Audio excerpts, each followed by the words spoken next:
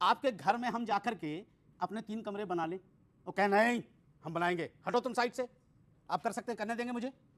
बनाया किसने ऐसा? नहीं करने देंगे ना। तो ये जो कर रही हैं वो यही कर रही हैं कि वक्त तुम्हारा, फैसला मैं करूंगा क्या बनेगा। क्यों? कैसे कैसे कैसे? क्यों तुम फैसला करोगे? फैसला यू कम इन। ओके फैसला बीजेपी क्यों करेगी?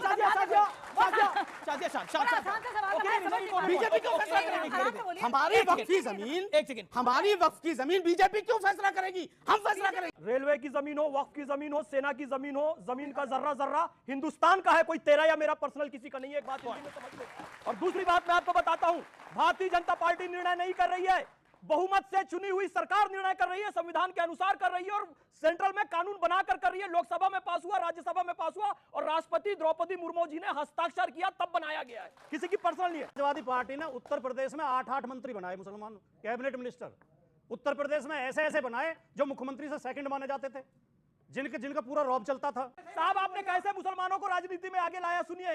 आजम खान, अतीक अहमद, मुख्तार अंसारी और जो मुसलमानों के सगे हैं उन्होंने आगे लाया। डॉक्टर एपीजे अब्दुल कलाम उन्होंने आगे लाया। आरिफ मोहम्मद खान। तो अंतर विचारधारा का साफ नजर आता है। हम कसाब की विचारधारा नहीं, कलाम की विचारधारा वाले हैं। आप बहुत अच्छे आदमी लगते हैं मुझे और पढ़े लिखे भी लगते हैं। मैं आपसे माफी के साथ कहना चाहता हूँ, आजम खान के पैर की धूल के बराबर भी नहीं हो आप, जितना शानदार वो आदमी है। उस आदमी की आलोचना करने का आपको हक नहीं है। फैज खान को कहा गया कि आप पैरों की धूल के बराबर नहीं है आजम खान की। आजम खान के बारे में कुछ फैक्ट सामने रखने जरूरी है। जयप्रदा के अंग वस्त्र की पर टिप्पणी करी थी आजम खान ने। एक सेकेंड मैडम, अंग वस्त्र पर टिप्पणी करी थी, इनर वियर पर जयप्रदा की टिप्पणी करी थी। उसके बाद आजम खान ने बोला था ये जो अंबेडकर है ना, इसका जो निशाना जाता है, जहां इसका निशाना जाता है वहां तक इसी की जमीन हो जाती है, ये कहा था आजम खान। दोस्तों नमस्कार, आपका हमारे चैनल डिबेट्स नाउ में एक बार फिर से हार्दिक स्वागत है।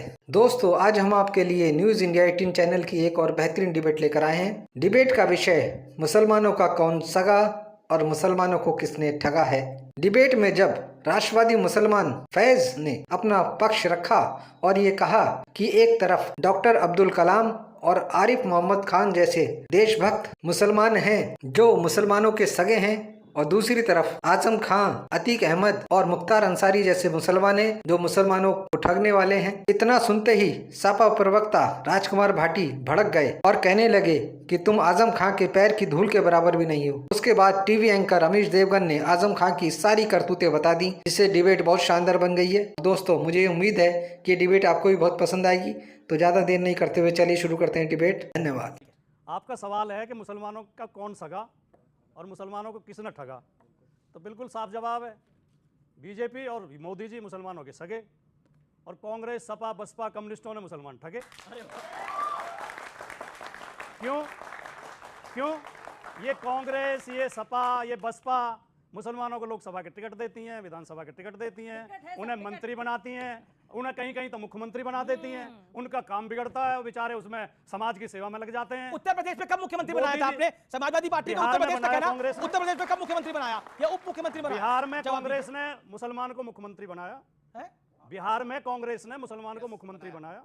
कांग्रेस ने बनाया। मैं आपकी बात में कांग्रेस का उत्तर प्रदेश में कांग्रेस ने तो महाराष्ट्र में बनाया, अब्दुल साहब को बनाया। उत्तर प्रदेश में आपने मैंने ये तो नहीं कहा कि सारे प्रदेशों के मुख्यमंत्री बनाए। उत्तर प्रदेश में आप कहां पर है? नहीं, आपका सवाल गलत है। बिल्कुल सवाल सही है सर। आप तो उत्तर प्रदेश में ही है ना? सवाल गलत है। उत्तर प्रदेश में आपकी सरकार आएगी ना, और कहां आएगी दूसरी जगह? सुनिए, मेरा और दूसरी जगह कहां आएगी? मेरे वाक्य को आपको ठीक से सुनना चाहिए। हाँ चाहिए, ठीक से। मैंने कहा विधायक बनाते हैं, सांसद बनाते हैं, मंत्री बनाते हैं, मुख्यमंत्री बनाते हैं। कांग्रेस ने कई जगह मुख्यमंत्री बनाए मुसलमान, मैंने ये कहा था। समाजवादी पार्टी ने उत्तर प्रदेश में 8 मंत्री बनाए मुसलमान कैबिनेट मिनिस्टर। उत्तर प्रदेश में ऐसे ऐसे बनाए जो मुख्यमंत्री से सेकंड माने जाते थे, जिनका पूरा रौब चलता था। देखिए, अगर इनसे पूछा जाए कि 9.5 लाख प्रॉपर्टीज पर आपने कितने मदरसे, कितने स्कूल, कितनी यूनिवर्सिटी, कितने कॉलेज, कितने अस्पताल खोल लिए हैं, जवाब नहीं निकलेगा। जवाब नहीं निकलेगा। सोचिए, सबसे अमीर कम्युनिटी है मुसलमानों की। आप कहेंगे क्यों? पूछोगे ना बच्चों, मुसलमान तो नहीं, मुसलमान तो गरीब है। तो सोचिए, लैंड होल्डिंग के हिसाब से, प्रॉपर्टी के हिसाब पर सबसे अमीर कम्युनिटी हो जाती है। इनका एक क्वेश्चन, आपने ये क्यों नहीं बनाया, ये क्यों नहीं बनाया। अमीश जी, आपके घर में हम जाकर के अपने 3 कमरे बना लें और कह नहीं हम बनाएंगे, हटो तुम साइड से। आप कर सकते हैं, करने देंगे मुझे? बनाया किसने ऐसा? नहीं करने देंगे ना। तो ये जो कर रही हैं वो यही कर रही हैं कि वक्त तुम्हारा फैसला मैं करूंगा क्या बनेगा। कौन कह रहा है? क्यों मुझे कैसे कैसे समझ कैसे नहीं पा रहे हैं। क्यों तुम फैसला करोगे? कैसे यू कम इन ओके फैसला बीजेपी क्यों करेगी? शादिया शांत बड़ा आसान से सवाल ओके, है, समझ नहीं पा रहे। बीजेपी क्यों फैसला आराम से करेगी? बोलिए। हमारी वक्त की जमीन, एक सेकंड हमारी वक्त की जमीन बीजेपी क्यों फैसला करेगी? हम फैसला करेंगे ना, आप बताइए, हम फैसला करेंगे। शादिया शांत अनफेयर हो रहा है। आप क्यों फैसला करेंगी? हमारी जमीन हम फैसला करेंगे ना। हाँ, काम होना चाहिए, जमीनें हैं, गरीबों की मदद होनी चाहिए। रेलवे की जमीन हो, वक्फ की जमीन हो, सेना की जमीन हो, जमीन का जर्रा जर्रा हिंदुस्तान का है, कोई तेरा या मेरा पर्सनल किसी का नहीं है। एक बात हिंदी में समझ लो। और दूसरी बात मैं आपको बताता हूं, भारतीय जनता पार्टी निर्णय नहीं कर रही है, बहुमत से चुनी हुई सरकार निर्णय कर रही है, संविधान के अनुसार कर रही है और सेंट्रल में कानून बनाकर कर रही है। लोकसभा में पास हुआ, राज्यसभा में पास हुआ और राष्ट्रपति द्रौपदी मुर्मू जी ने हस्ताक्षर किया, तब बनाया गया है, किसी की पर्सनल नहीं है। आपने ये कहा राजकुमार भाटी कि आप सक्षम है अपना मुसलमानों जवाब को देने के लिए। टिकट देते हैं, विवेक आप अनफेयर करें, शांत। मुसलमानों को राजनीति में आगे लाते हैं। साहब आपने कैसे मुसलमानों को राजनीति में आगे लाया सुनिए। आजम खान, अतीक अहमद, मुख्तार अंसारी और जो मुसलमानों के सगे हैं उन्होंने आगे लाया, डॉक्टर एपीजे अब्दुल कलाम उन्होंने आगे लाया, आरिफ मोहम्मद खान। तो अंतर विचारधारा का साफ नजर आता है। हम कसाब की विचारधारा नहीं, कलाम की विचारधारा वाले हैं। आप बहुत अच्छे आदमी लगते हैं मुझे और पढ़े लिखे भी लगते हैं। मैं आपसे माफी के साथ कहना चाहता हूं, आजम खान के पैर की धूल के बराबर भी नहीं हो आप, जितना शानदार वो आदमी है। उस आदमी की आलोचना बात बोल करने रहे का हैं? आपको क्या हक नहीं तरीका है। है एक वो अरे नहीं, क्या ये बोल रहे हैं? आजम खान आप को ऐसा आतिक करें। अहमद से जोड़ रहे हैं। आजम खान ने क्या किया? आजम खान मुसलमानों के नेता साथ है, मैं शानदार बोलूंगी। नेता आप बोल है। दीजिए, आप उसके बाद आजम मैं खान बोलूंगी। एक मैं देशभक्त बोलूंगी। नहीं, मुझे और आपको भाईचारे में मैं विश्वास मौका करने दूंगा। वाला हिंदू मुस्लिम एकता का समर्थक नेता है। मैं आजम खान के बताना ऊपर चाहती कोई ये हूँ। फर्जी मुकदमा मैं- दायर करे मैं एक फैक्ट बीजेपी की बताना सरकार चाहती में, हूँ। हमारे पढ़ नेता को लीजिएगा आप बदनाम लोग। करोगे आप। आजम खान वो नेता है हाँ। जिसने मुसलमानों की सबसे ज्यादा जमीन ली है। कौन सी क्या जमीन ली है? बॉर्डर कौन सी से- जमीन ली है? मुझे बोलने दीजिए। आप मुसलमानों बोलिए के करिए। लिए यूनिवर्सिटी बनाई है आजम खान ने। उसमें पैसे खाए हैं। हाँ, उसमें वो पैसे यूनिवर्सिटी खाए हैं। बनाई और बच्चों को जेल में पढ़ाने है के लिए। वो। और फ्री सुनिए, में आप शिक्षा बोलने देते हैं दीजिए, बच्चों मुझे को। बोलने दीजिए। क्या बात कर रही हो आजम आप? खान वो शख्स है जिसने इतनी जमीन ली है कि शिया वक्फ बोर्ड ने बाकायदा वो जमीन वापस लेकर बाकी मुसलमानों को, जो मजलूम मुसलमान थे, वापस दी है। ये सत्य है।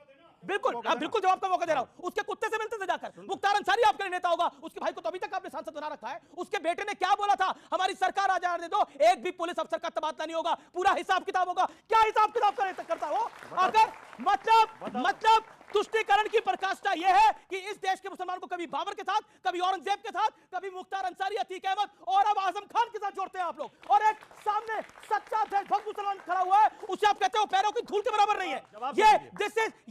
ये तुष्टीकरण की पराकाष्ठा है।